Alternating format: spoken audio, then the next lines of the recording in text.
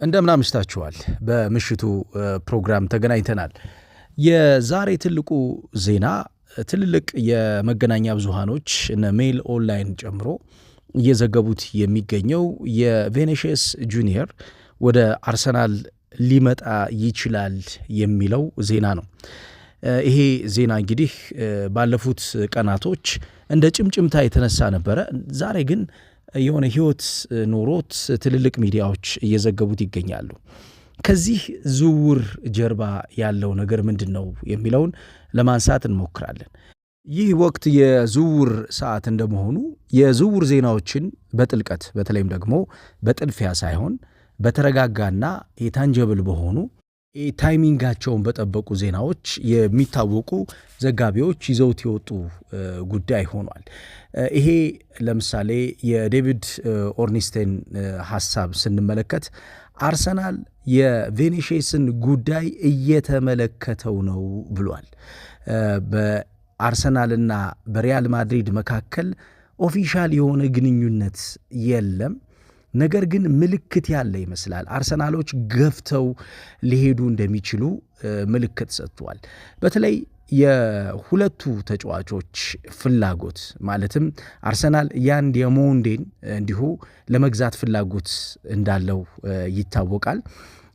የአርሰናሉ የዝውውር ስፔሻሊስት የሆኑት ቤርታ የተጫዋቹን ጉዳይ ሲከታተሉት እንደነበረ በተለይም ደግሞ ቬኒሺየስ ጁኒየር አሁን ያለው ኮንትራት የ12 ወራት ጊዜ ብቻ ነው የሚቀረው በሪያል ማድሪድ። ስለዚህ ይህንን የ12 ወራቶች ብቻ የሚቀረውን ተጫዋች ከወዲሁ ሪያል ማድሪድ እንዳያጣው ስጋት ውስጥ ነው ያለው።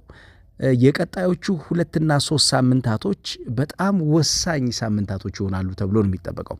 ሆዜ ሞሪኖ ወደ ሪያል ማድሪድ ከመጡ በኋላ በቡድኑ እንዲቆዩ ከሚፈልጓቸው ተጫዋቾች መካከል አንዱ ነው ቬኒሺየስ ጁኒየር። ምክንያቱም ያለፉትን 8 ዓመታት ቆይታውን ስንመለከት ወደ 128 ጎሎችን ማስቆጠር ብቻ ሳይሆን በ2024 የባሌንዶር ሽልማትን እንዲሁ እሱ መውሰድ ነበረበት ወይስ አልነበረበትም በሚል ክርክር ውስጥ ያሳለፈበትን ስኬታማ ጊዜ ጨርሷል።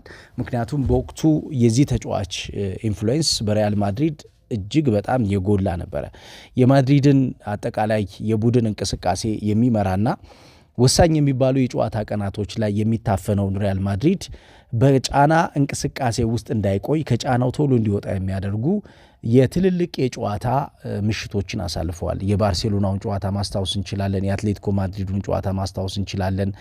የተቸገሩበትን እንደነ ሪያል ቤትስ አይነት ጨዋታዎች ላይ በጣም ወሳኝ እንቅስቃሴዎችን ማድረግ ችሎ ነበርና ያ የውድድር ዓመት የሱ የውድድር ዓመት መሆን ነበረበት። ሮድሪ ያን ሽልማት መውሰድ አልነበረበትም የሚል ብዙ ክርክሮች አስነስቶ እንደነበረ ይታወቃል። ስለዚህ ቬኒሺየስ ያለፉት 3 እና 4 ዓመታት የሪያል ማድሪድ ተጽዕኖ ቀላል የሚባል አይደለም።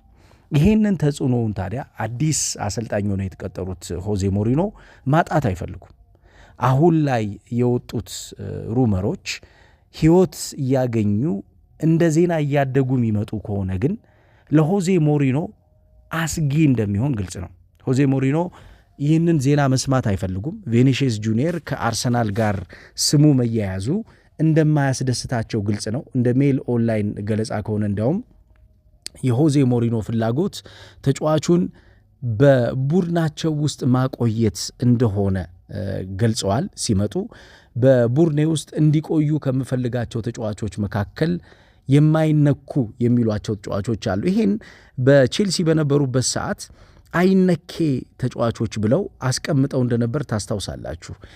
የአንተቸብል የሚሉት ተጫዋቾች ውስጥ እንደነ ዲዴ ድሮግባ፣ እንደነ ፍራንክ ላምፓርድ፣ እንደነ ጆን ቴሪ አይነት ተጫዋቾችን የመጀመሪያ ሌቭል ላይ የሚያስቀምጧቸው ተጫዋቾች ናቸው። አሁንም በሪያል ማድሪድ እንደመጡ አንተቸብል ብለው የሚያስቀምጧቸው ተጫዋቾች መካከል አንዱ ቬኒሺየስ ጁኒየር ነው። ስለዚህ ይሄንን ተጫዋች በፍጥነት ማጣት የሪያል ማድሪድ የቡድን ግንባታ ሂደታቸው ላይ ጫና እንደሚፈጥርባቸው ያውቃሉ። እናም የአርሰናል ገፍቶ መምጣት ደግሞ አካሄዱ ያስፈራቸው ነው የሚመስሉት ሆዜ ሞሪኖ። ለሚዲያዎች ግልጽ የሆነ ነገር ሪያል ማድሪድ እግር ኳስ ክለብ እንዲያስቀምጥ ከኋላ ግፊት እያሳደሩ ነው። የሁለቱ ተጫዋቾች ማለትም አሁን ምጠራቸው ያን ዲሞንዴና እንዲሁም የቪኒሺየስ ጁኒየር ወኪል ተመሳሳይ ወኪሎች ናቸው። አርሰናል ደግሞ ይህን ያን ዲሞንዴን የሚባለውን ተጫዋች ለማስፈረም ከወዲሁ እንቅስቃሴ እያደረገ ነው የሚገኘው። የአርቢ ሌፕዚግ ተጫዋች ነው።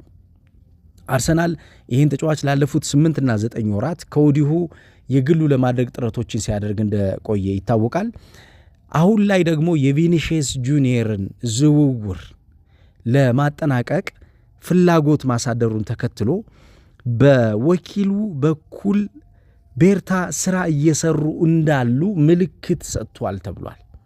ያው እጃቸው ረዥም እንደሆነ ግልጽ ነው። የቤርታ እጅ የፈለጉትን ተጫዋች የሚያመጡ ሰው ናቸው። በተለይ በአውሮፓ የተጫዋቾች ዝውውር ውስጥ እጅግ በጣም የበሰለ የሚባል የዝውውር ጉዳዮችን የሚያስፈጽሙ ሰው ናቸው።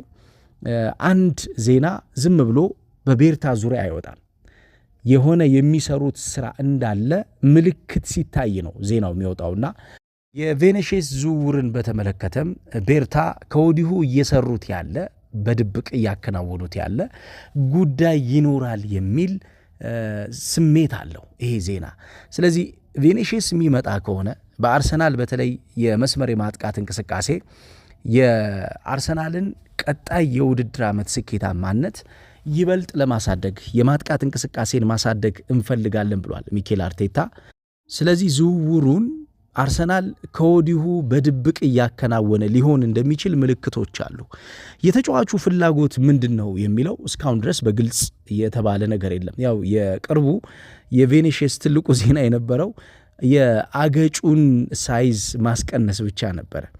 ይሄ ዜና ያው በተለያዩ ሚዲያዎች በስፋት ወጥቶ እንደነበረ ይታወቃል። ከዛ የአገጩ ዜና በኋላ የቪኒሺየስ ስም እንግዲህ ከአርሰናል ጋር ሲያያዝ ትልቁ ዜና ነው። አርሰናል እንደዚህ አይነት ዝውውሮችን ለማድረግ ያሳለፍነው የውድድር ዓመት ጉዞ ጥንካሬ የሆነ አቅም የሰጠው ይመስላል ዘንድሮ። አንደኛ ፋይናንሻሊ ያገኘው ጥቅም አለ። በቻምፒየንስ ሊግ እስከ ፍጻሜ መድረሱ ከፍተኛ የሆነ ገቢ አግኝተዋል። ተጽዕኖም ማሳደር ችሏል። የዛሬ 2 ዓመት ከሪያል ማድሪድ ጋር በነበረው ጨዋታ በሜዳ ላይ የነበረው የአርሰናል ብልጫ እንዲሁም በሜዳ ውስጥ የነበረውን እንቅስቃሴ አርሰናል ተጫዋቾች የተቆጣጠሩበት የሚያድግ እንቅስቃሴ ቪኒሺየስንም ከጨዋታው በኋላ ኢምፕሬስ አድርጎት ሁሉ አስተያየት ሰጥቶ እንደነበረ እናስታውሳለን። አርሰናል የተሟላ ቡድን ነው የሚል አስተያየት ሰጥቶ ነበር ቪኒሺየስ በአርሰናል ከተሸነፉ በኋላ። ምናልባት እንግዲህ አርሰናል የዚህ አይነት ጫናዎችን ያሳደረባቸው የቻምፒየንስ ሊግ ምሽቶች መኖራቸው ተጫዋቹን ሊያመጡት የሚችሉ ምክንያቶች ውስጥ ሊጠቀሱ ይችላሉ ተብሏል። በአርሰናል የተጫዋቾች የዝውውር ታሪክ ውስጥ እንግዲህ ትልቅ የሚባለው ዝውውር ይሆናል።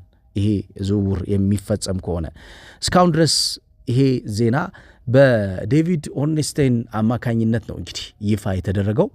ይሄ ጋዜጠኛ ተአማኝ የሆኑ ዜናዎችን የሚሰራ ጋዜጠኛ ነው። በትዊተር ገጽና እንዲሁም ደግሞ በተለያዩ ሚዲያዎች እሱን ቤዝ አድርገው ዜናዎች ሲወጡ እንመለከታለን። ዴቪድ ኦርንስታይን ይህንን የቪኒሺየስን ጉዳይ ሲዘግብ የሪያል ማድሪድን ፍላጎትን በተመለከተም እንዲሁ አስፍሯል። ሪያል ማድሪድ ቪኒሺየስን ሊለቅ አይፈልግም፣ ነገር ግን አርሰናል ከጀርባ እየሰራ የሚገኘው ቪኒሺየስ ውሉን ማያራዝም ከሆነ ምክንያቱም 12 ወራቶች ብቻ ከውሉ ላይ ስለቀረው ይህንን ውሉን ማያራዝም ከሆነ አርሰናል በመግባት በሚመጣው የውድድር ዓመት ከፍተኛ የሆነ ገንዘብ እንዳያጣ ሪያል ማድሪድ በጥድፊያ ለአርሰናል ሊሸጠው የሚችልበት ምክንያት ስለሚኖር አርሰናል በዚህ ውል ምክንያት ተጠቃሚ ሊሆን ይችላል ነው የሚለው። በእርግጥ ያሳለፍነው ክረምት ላይ አንድ ትልቅ ዜና እንደነበረ እናስታውሳለን። 1 ቢሊዮን ፓውንድ ወጪ አድርጎ የሳውዲው ቡድን አልአህሊ ይህንን ተጫዋች ለማምጣት እንቅስቃሴ እንደሚያደርግ ገልጾ ነበር። የ5 ዓመት ኮንትራት ነው። በየዓመቱ የሚከፈለው ዋጋ ከ200 ሚሊዮን ፓውንድ በላይ የሚጠጋ ነበር። ይሄ በ5 ዓመት ሲሰላ ወደ 1 ቢሊዮን ፓውንድ አካባቢ የሚጠጋ ዋጋ ነው ያቀረበው የነበረው። ይህንን ግን ሪያል ማድሪድ እግር ኳስ ክለብ የመቀበል ፍላጎት አልነበረውም በወቅቱ።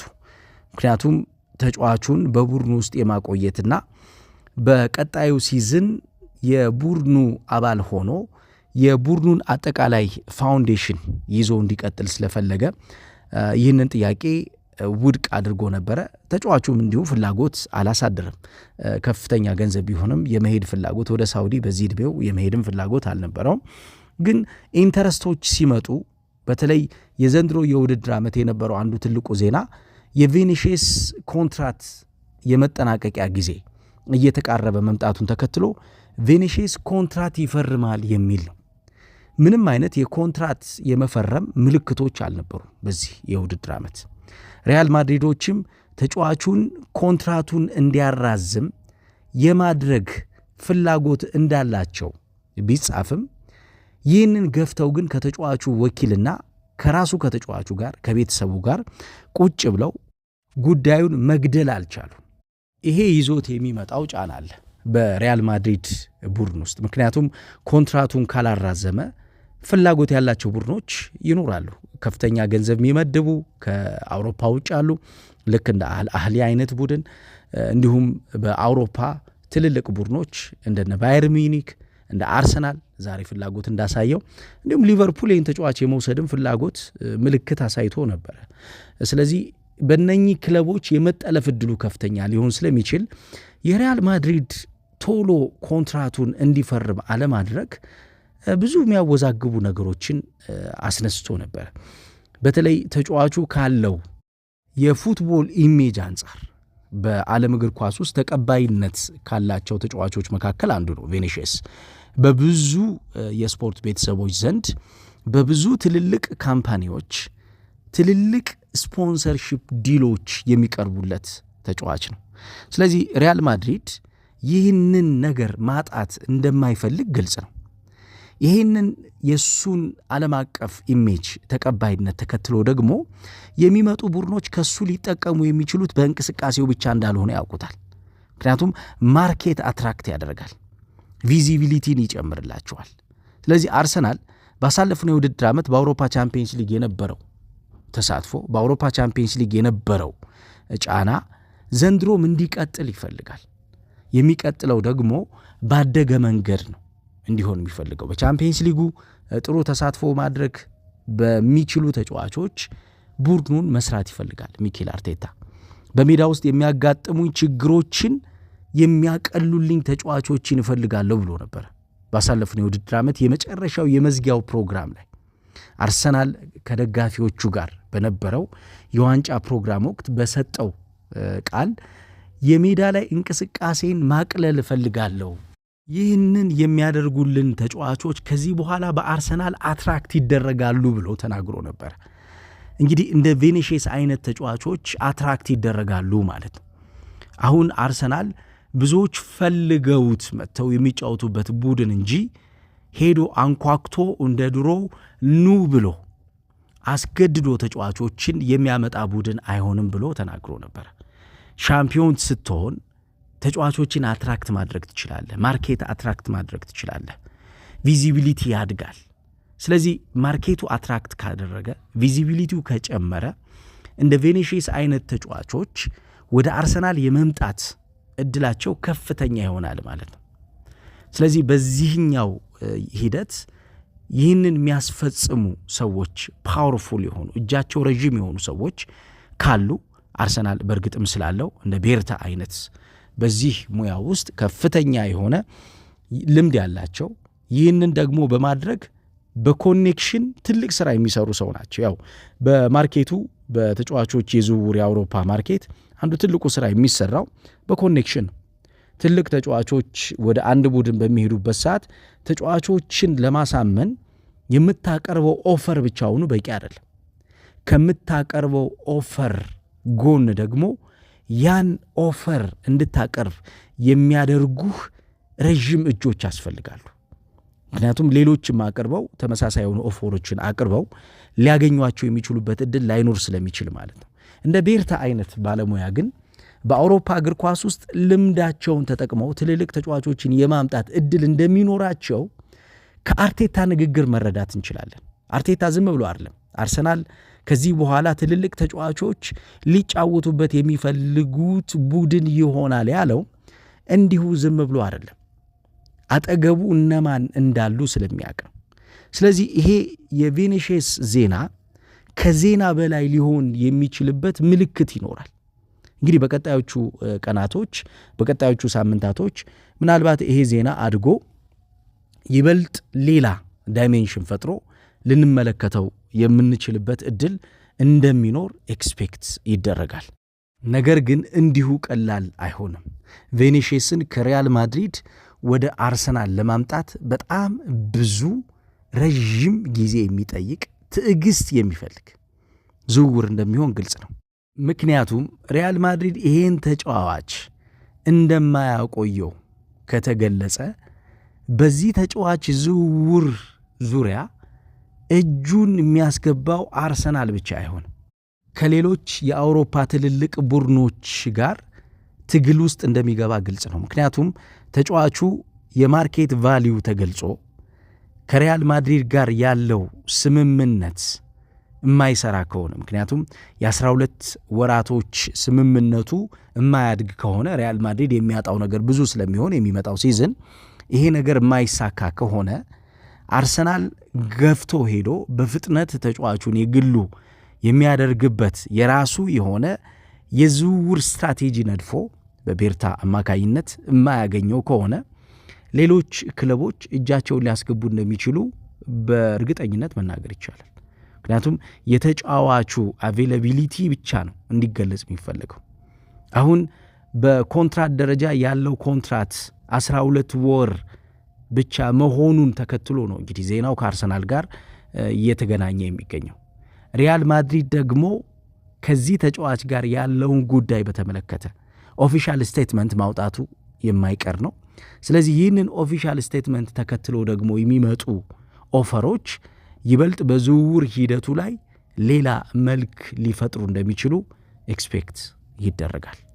ቪኒሺየስ ጁኒየር ከአርሰናል ጋር ስሙ ተያይዟል።